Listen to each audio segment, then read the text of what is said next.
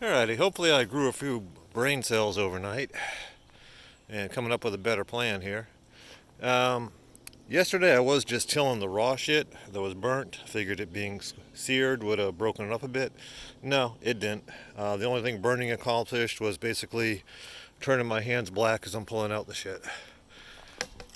So, today I'm raking up shit before I till, which is, yeah, probably the smart way to do it. Pulling out my hand, all these roots. Hey, buds. So from that little less than 10 by 10 section, that's what I've pulled out so far. There's probably a lot more into the ground, but I'm about to start tilling again. I probably will be posting fewer videos today. And for those who are concerned, no, this is not turning into a gardening channel. It's just documenting what I'm doing today, which is what this channel has always done. Alrighty, you have a good one.